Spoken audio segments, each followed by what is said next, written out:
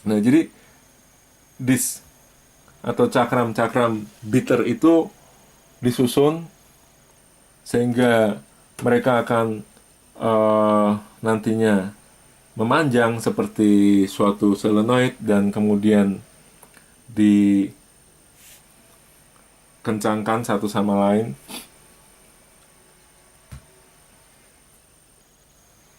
Nah, ini adalah gambar bagaimana konstruksi dari penghantar atau bitter disk yang dibuat untuk menjadi suatu magnet.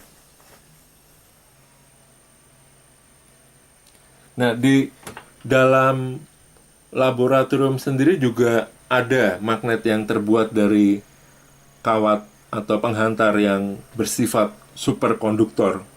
Nah, ini agak berbeda karena untuk magnet yang terbuat dari bahan superkonduktor, magnet ini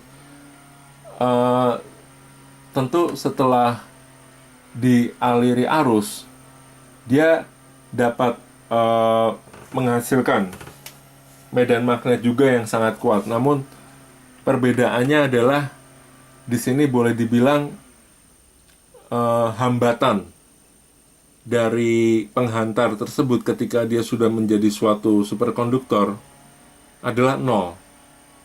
Nah, ini yang sangat luar biasa. Jadi saat ini memang teknologi magnet ada dua yang digunakan, yakni menggunakan cakram penghantar yang tadi dinamakan bitter disk.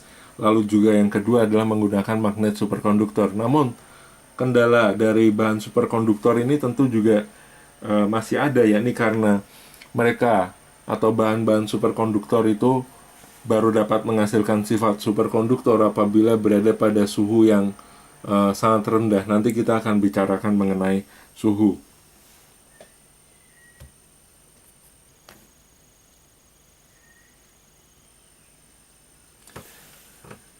Nah, dari slide ini kita bisa melihat bahwa susunan bitter disk yang dibuat menjadi solenoid tadi itu juga dapat disusun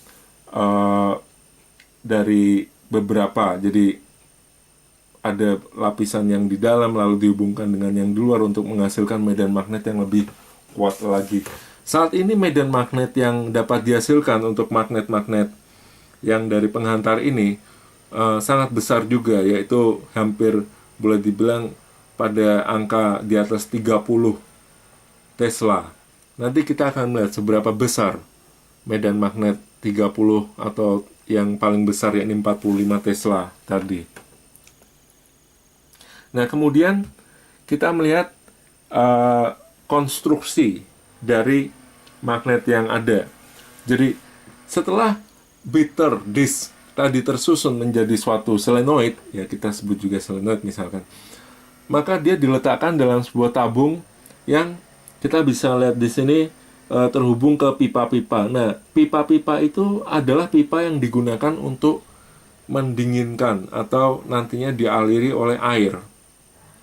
Jadi kegunaannya adalah ketika nanti magnet ini kita aliri arus, harus juga didinginkan dalam waktu yang bersamaan, ya ini ada air yang dialirkan. Di sini kita bisa melihat bahwa ada gambar skemanya yang bagian sebelah kanan itu, yang bagian biru itu adalah ketika mereka dialiri air.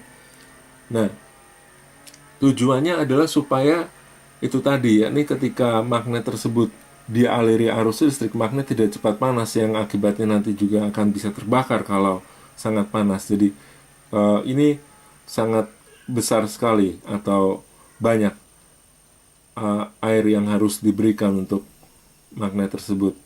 Nah, sekali lagi bahwa ketika lab ini menggunakan magnet, maka arus yang digunakan bisa sampai dengan ratusan ribu ampere, di mana boleh dikatakan bahwa